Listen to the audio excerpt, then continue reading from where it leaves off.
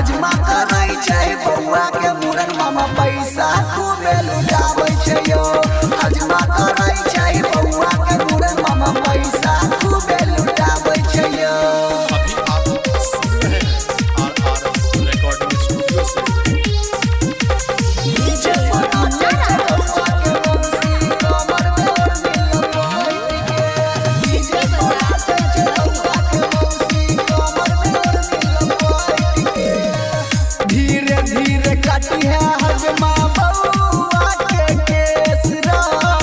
धोती कुर्ता संगे बउआ के मामियो मिलत सनेस रा धीरे धीरे काटी है हजमा बउआ के केस रा धोती कुर्ता संगे बउआ के मामियो मिलत सनेस रा खुशी के दिन में बउआ के पापा लुटबै छै अंदर सोनमा यो हजमा करै छै बउआ के मुरा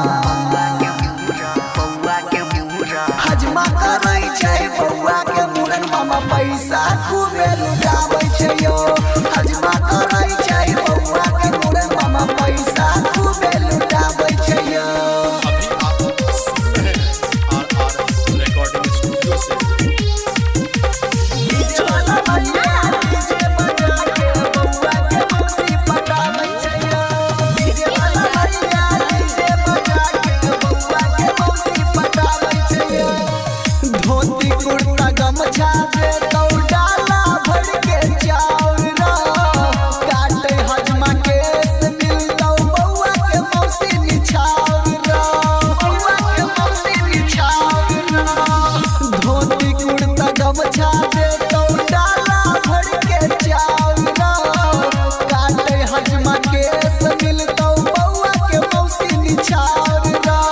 अंकित किशन इंद्रदेव माही प्रीतम से सोहर गवाबै छै या हजमा करै छै बउआ के मुरा